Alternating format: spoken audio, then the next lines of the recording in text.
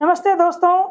आज के इस वीडियो में हम लोग त्रिभुज की कुछ विशेषताओं के बारे में अध्ययन करेंगे और समझेंगे। तो आइए आज का जो क्लास है वो हम स्टार्ट करते हैं।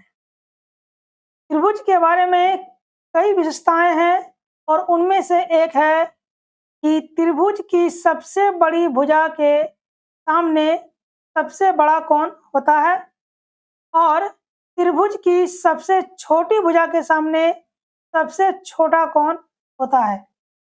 कैसे होता है? तो मान लेते हैं कि ए बी सी एक त्रिभुज है। जैसा कि आप यहाँ पे देख रहे हैं कि यहाँ पे हमने एक त्रिभुज जो है वो बनाया है। हम जानते हैं कि किसी भी त्रिभुज में 3 शीर्ष होते हैं, 3 भुजाएं होती है और 3 जो है वो कोण होते हैं, जिसके बारे में हमने आपको ऑलरेडी बता दिया है। तो यहाँ पे ए बी जो भुजा है जिसकी लंबाई है 7 सेंटीमीटर, बी सी की जो लंबाई है वो है 5 सेंटीमीटर और ए सी की लंबाई है 9 सेंटीमीटर। यानी तीनों भुजाओं का जो मान है वह भिन्न भिन्न है। इसका मतलब कि यह जो त्रिभुज है वो एक विषम बाहु त्रिभुज है। तो हम देखते हैं कि सबसे बड़ी भुजा का जो मान है वो है 9 सेंटीमीटर, जैसा कि आप यहाँ पे देख रहे हैं। और सबसे छोटी भुजा का जो मान है वो कितना है? 5 सेंटीमीटर। तो ध्यान दीजिए कि कोण बी जो है वो ए सी भुजा के सामने है। इसका मतलब इस त्रिभुज का सबसे बड़ा जो कोण होगा वो होगा कोण बी। ठीक है।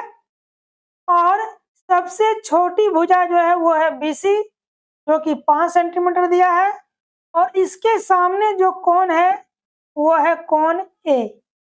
तो कोण C जो है वह कोण A से बड़ा है लेकिन B से छोटा है। क्यों? क्योंकि यहाँ पे देखते हैं जो 7 सेंटीमीटर दिया है वह 9 सेंटीमीटर से छोटा है लेकिन 5 सेंटीमीटर से बड़ा है।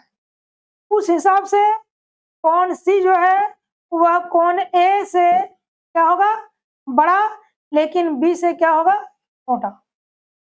जैसा कि हमने यहाँ पे लिखा भी है कि AC बराबर 9 सेंटीमीटर सबसे बड़ी भुजा है, इसके सामने कोण B सबसे बड़ा कोण होगा और 5 सेंटीमीटर जो है सबसे छोटी भुजा है, इसलिए इसके सामने का जो कोण A है वो सबसे छोटा कोण होगा।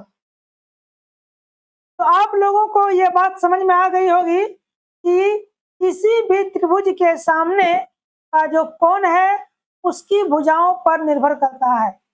यानी जितनी बड़ी भुजा हुआ वह कोण बड़ा होगा और जिसकी भुजाएं छोटी है उसके सामने का कोण जो है वो छोटा होगा।